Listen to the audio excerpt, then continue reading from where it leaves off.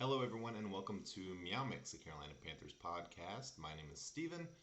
It's just me today. Jerry is out for the holidays. Um, I think he was able to watch parts of the game, enough to get the gist, right? The Panthers lose this one 32-6 to the Tampa Bay Buccaneers. Yet another extremely disappointing effort by the team. This is what the fifth just massive blowout of the season, I think, for the Panthers. Um, I don't even know what to say, honestly. We've had this conversation countless times, honestly, this season. The Panthers have now lost 10 out of their last 12 games. That 3-0 start is so far behind, it shouldn't even be mentioned anymore. Matt Rule doesn't seem to know what he's doing, honestly. He seems to have no clue what he's doing. He's playing Sam Darnold and Cam Newton now at the same time. He started Cam. Cam played, you know, most of the first half, and then Sam pretty much played all the second half. Cam didn't play well. Sam didn't play well. The offensive line played terribly. Cam was 7 of 13 for 61 yards and an interception. Pretty bad interception, honestly. Um, Bad throw, bad choice, good defensive play. Sam just looked exactly what we have expected from Sam and what we've seen from Sam all season long. Don't know what Matt Rule thinks he's going to see these last three games with Sam that we haven't seen all season when he's played. 15 of 32, 190, no touchdowns, no interceptions. Nearly had a fumble, a couple throws that could have been intercepted. Just some bad play. Not sure what the game plan was for this game, to be completely honest, because the Panthers ran the ball a total of 15 times, and 5 of those were from Cam. One of them was from Darnold. So, 9 rushes from non-quarterbacks for, 14 yards, those 9 rushes. Cam went 5 for 42. Sam had 1 for 11. And other than that, Chuba 6 for 9. Chuba is not involved in the game plan at all, period. He had 1 target as well. They don't seem to believe in Chuba at all. Bonifan got in late, 1 for 4, and then Abdullah 2 for 1. Abdullah was in there a lot for some reason. He's shown to be a decent pass catching back, I guess, but Chuba can catch passes every once in a while. Bonifan showed a couple years ago he was really good at catching passes. So I honestly would rather have Bonifan in there than Abdullah, because Abdullah doesn't give you much running between the tackles, if anything. And I think Bonifan has at least 80-90% of what Abdullah has catching the ball at the backfield. So would like to see more of that, but honestly, the running backs just weren't involved in this game plan at all. We keep hearing over and over and over again, we want to run the ball, we want to run the ball. And then, the first 10 plays of the game, I think they had 7 passes, 3 rushes. And the score was 0-0. Or 3-0, with the Panthers actually scoring first in this one. Which isn't a surprise. The Panthers, again, held an opponent to no touchdown on the first drive. They're the only team in the league that has done that. If they could continue that throughout the entire game, that'd be pretty great. But the defense just kind of falls apart when they've been out on the field long enough because the offense can't stay out there. It's a tale as old as time. It happens every single game. The Panthers in this one had, ESPN is saying they had a time of possession of 3 minutes and 19 seconds for the game. I don't think that's the case. There we go. 26 minutes, 36 seconds. So, not terrible, but they had the ball 6-7 minutes less than the Buccaneers, which, again, is pretty typical for this team. But I want to talk a little bit about Matt Rule and what his choices are here. He started Cam. Cam played the first couple of series, threw the interception, I think on his third series, And then Sam came in, which everyone saw that coming. Um, Sam had a really nice completion, sort of escaping the pocket. Escaping the pocket because the O line is terrible, as usual. We'll talk about Brady Christensen in a minute, but Sam Darnold escaped the pocket, had a really nice throw to Shi Smith, who was able to run it down into the Buccaneer side of the field, I think into the red zone. And then Cam came in and probably did nothing with the field position. So uh, probably would have liked to have seen Sam stay in there after having a huge play, a little bit of momentum, but he's pulled, and all that momentum is wasted when you bring Cam in, who I do like the idea of Cam in the red zone. This isn't an anti-Cam take. But man, if you're going to run with one, just run with them. Or have the game plan to say, Sam, between the 20 and the 20, it's your game. Inside the 20, it's Cam's game. Inside the 10, it's Cam's game. Whatever the case may be. Have the guys prepare like that. Imagine if Cam only had to learn, inside the 10-yard line or goal to go situation, 3rd and 3 plays, something like that, right? Plays where you just have to either get in the end zone or get the first down. That's all he has to learn. That's all he has to do. I think he would have been way more effective in this season, this half season, whatever. Now, of course, because of the injuries and everything, that was never going to happen. I understand that.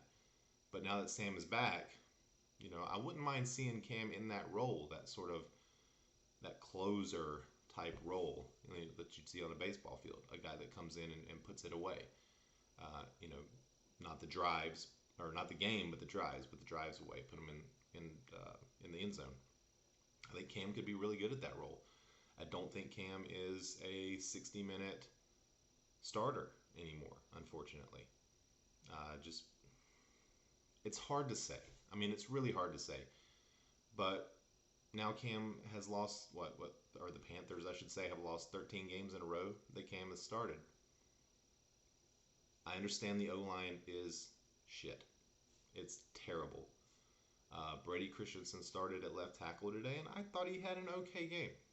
He gave up some pressure from time to time, but he certainly hasn't looked any worse than Cam Irving or Dennis Staley or Trent Scott or whoever else has had time over there on the left tackle.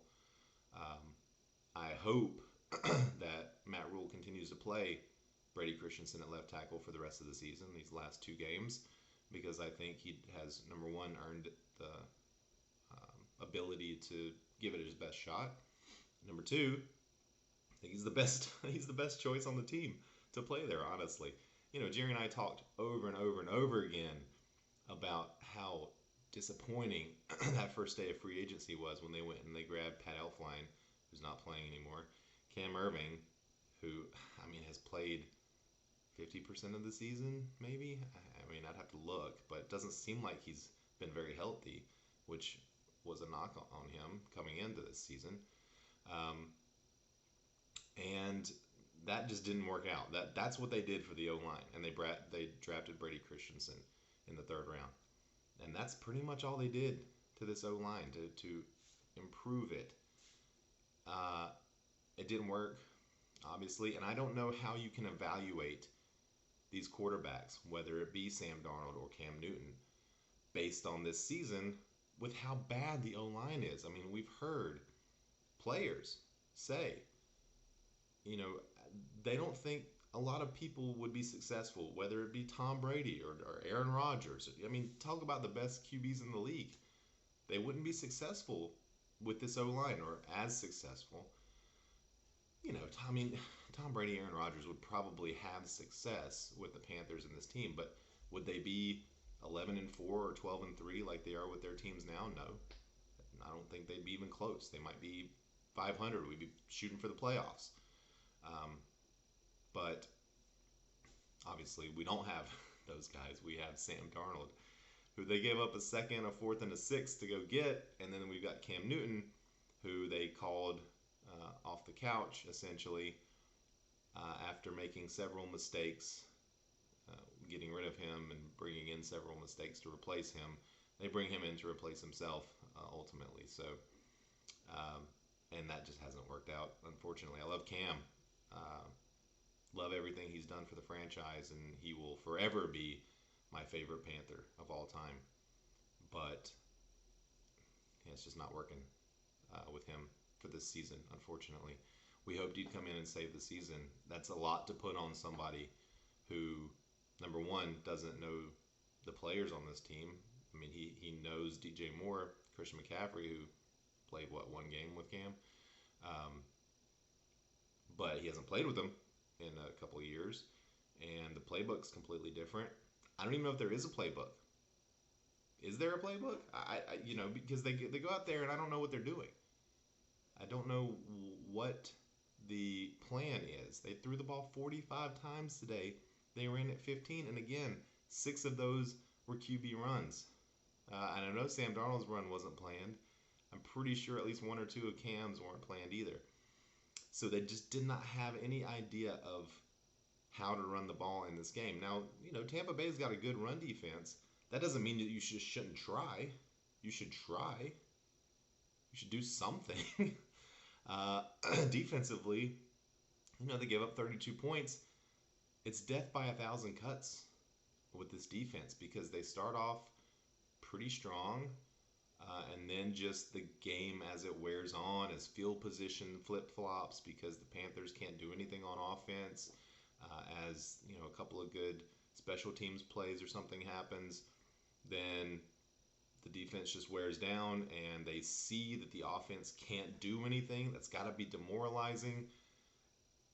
And then boom, you got 32 points dropped on you.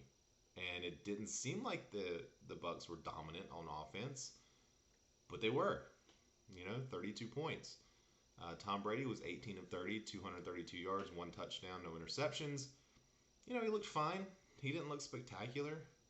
Of course, they were missing 60% of their offense today with Evans, Fournette, and Godwin. So Antonio Brown goes 10 for 100 yards. Unfortunately, he cooked Gilmore several times, and Gilmore ends up leaving the game with an injury, a groin injury, I think they said. You got Cyril Grayson, catches only 3 passes, but, 1 big one, and ends up with 81 yards receiving. Gronk, only 1 catch for 23 yards. Their running back, Ronald Jones, who's basically kind of not done anything this season outside of last week and then this week because of Fournette. Has a decent game. He goes for 65 yards on 20 carries, and then a couple of catches for 16 yards. So he was okay. Keyshawn Vaughn, their other running back, had a big 55-yard run fairly early in the game and ends up 7 for 70. So they end up, the Bucs end up with 160 rushing yards, 159 rushing yards, a couple of rushing touchdowns, and 32, like I said, passing yards with a touchdown. And that's all they needed, few field goals, 4 field goals from Suckup, and they win. Conversely, for the Panthers, kind of went through a few of their stats already, but receiving-wise, Shi Smith, welcome to the NFL. 3 catches for 86 yards, and again, he had the big 63-yard catch from Sam. At one point, Sam was 1 for 1 for 63 yards. Not bad. Robbie Anderson had an okay game today, 5 for 58. DJ was 5 for 55. Those guys combined for 21 targets between the two of them and only ended up with 10 catches. So, not great there. Tommy Tremble, I think he had the first catch of the game. Ends up with 2 for 22, and then Bonifan 2 for 12. So, Bonifan outproduced Abdullah on very limited snaps. So I honestly would prefer to see Abdullah have that role, that backup running back role next week. And honestly, Abdullah has been fine, but he's not been super impressive. I don't know why Matt Rule wants to play him so much. I wish that we would play Chuba more. I want to see Chuba. I want to see Chuba get 15 to 20 carries, or touches at least, total touches. Because we need to see if Chuba can carry the load, if he can be the 3 down back, or at least the 2 down back, if he can be a guy that can get 15 to 20 carries a game. Because next year, if CMC is healthy starting the season, which we hope he is, CMC is not going to be the 15 to 20 carry guy anymore. We have proven that he can't be that guy week in and week out. So you have to figure out what to do with CMC. Luckily, he has the skill set to be a slot receiver, a la Cooper Kupp. Okay, Cooper Kupp's a little bigger than CMC, but I think CMC could be that in terms of production from that position. However, in order to do that, you have to have a guy that can carry the ball 15 times a game, right? And if that's Chuba, great. If it's not Chuba, then you have to figure out who that's going to be next year, because it's not going to be CMC. It better not be CMC. Come on, Matt Rule, because obviously it sounds like you're going to be back next year, even though you shouldn't be, based on a Jason Lockenfora report today. Don't make the same mistakes over and over and over again. That's what is killing us as a team, as a franchise, as fans. We see the same mistakes over and over and over again, the same failed plays, the same shitty clock management, calling timeouts just because you can't get the play in. I mean, we're seeing the quarterbacks going, where the play? Give me the play. Give me the play. It's not coming in. Where is that communication breakdown? You have to figure that out. And you have to figure out the time of possession, or not the time of possession, the time management. You have to figure out the time management. You suck at it. You suck at so many things. Tepper, why are you keeping this guy around? He's not improving. He's not showing that he's learning from his mistakes. It's going to be another press conference where he looks like he has been on a 3-day bender. He's going to give those same coach speak responses, which is fine. Coach speak is fine. I don't care about that. But, run a comb through your hair. I mean, you're a professional. You represent the franchise. This guy honestly, he looks like he has been drinking for days before he does these press conferences. And again, if he has, maybe that is a reason why things have gone the way they've gone. I don't know. But it's tough. It's tough to be a fan right now. Do I want to be doing this on my Sunday afternoon for a team that has given me nothing this season except, mild depression? Really don't. It's not fun. Jerry and I started this podcast because we love the Panthers, and that hasn't changed. But I don't like them right now. I don't like Matt Rule. I don't like what David Tepper honestly has done. He's made so many decisions, including hiring Matt Rule. But the field turf decision, signing off on trading for Darnold, he had to do that. He had to sign off on getting rid of Cam. Those aren't decisions that the owner doesn't get to be involved with because they're such huge decisions. And Tepper signed off on all of them, and none of them have worked. The field thing, I can't get over the field turf thing. You're a billionaire. Hire some really good field guys. Change out the turf, as many times as you need to keep it fresh. You have the money. Do it. You also have the money to pay off Matt Rule and bring in somebody else.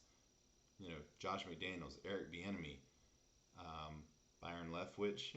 Probably not. I don't really think Byron Leftwich would be a good fit here, or a good head coach at all, honestly.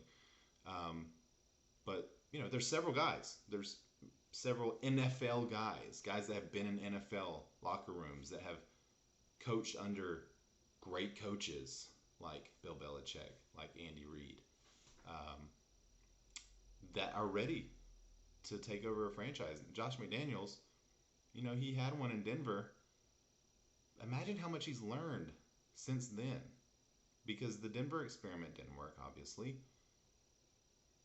But I think, another chance for him. He's earned it. Look what he's done with Mac Jones this season. I mean, I think he's earned it. Even last year with Cam and a huge part of their team on, the COVID opt outs, they still almost made the playoffs. They still almost went 500. So I'd like to see maybe a Josh McDaniels come in here. There's options, right? That's what we're saying. There's options. Just looking real quick again at the stats here. Shaq Thompson led the team with 8 tackles today, no interceptions, no sacks for the Panthers. A couple of field goals from Liram Hajajajujua, 2 for 2. No extra points for him because we didn't score any touchdowns. Lachlan Edwards, 5 punts with an average of 50 per. Nice bounce back game for him. We kind of talked a little bit about the special teams for Tampa. Jordan Whitehead all over the place in this game. The announcers couldn't get enough of him. That was lovely to hear. 7 tackles for him. And they end up with, 7 sacks? Wow. 7 sacks for Tampa Bay in this game. 11 QB hits.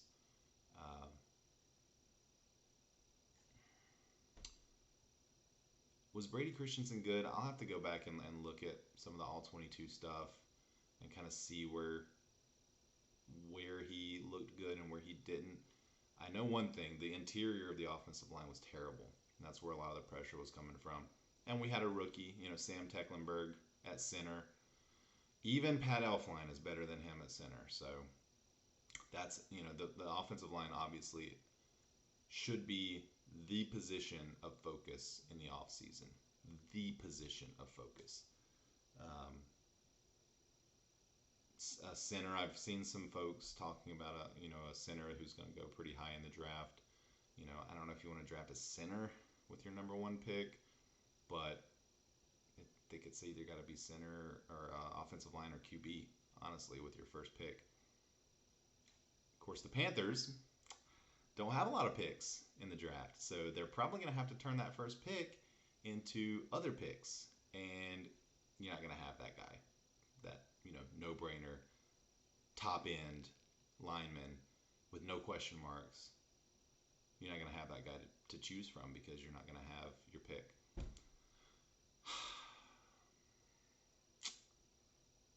You laugh or you cry, right? Third downs, I mean, Carolina wasn't terrible, 7 for 18. Tampa was 7 for 14. Almost 400 total yards for Tampa.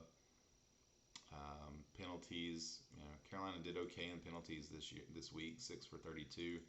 So not a ton of penalties, only the 1 turnover. But they didn't force any turnovers, so they lost the turnover battle there.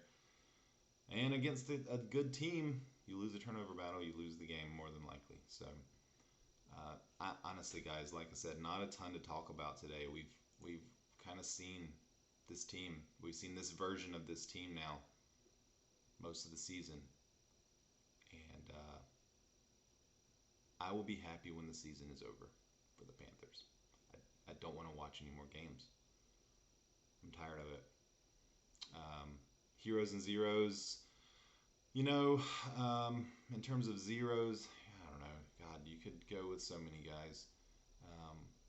But we'll give it to the head coach, to Matt Rule. I think he deserves it probably every week.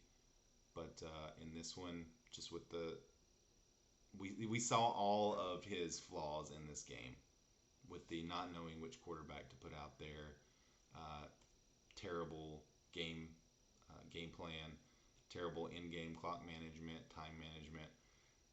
We saw all of the total Matt Rule package was in this game. That 0 goes to Matt Rule. Hero, I don't know. Do I even have a hero in this game? Jeremy Chin looked decent out there. We didn't have any sacks. We didn't have any interceptions. We didn't have any real big plays. Shi Smith, how about that? We'll give it to Shi Smith. 3 catches, 86 yards on 4 targets. Had the big catch that could have turned into something interesting, but didn't. How often does Shi Smith even get time out there? So he's going to be the hero in this game congrats to you. Um, Other than that, I don't have anything else to say. So I hope you guys, whoever's listening to this, thanks for sticking around. Please like and subscribe on YouTube. If you're hearing this on Apple Podcasts, please go in and give us a 5-star rating with a review. We'll read it on the air. We'll be back sometime this week. We may come back a little early and let Jerry talk about his thoughts of the game. If not, then we'll be back on Friday, our usual time, for the preview of the Saints game. Until then, everybody stay safe out there and keep pounding.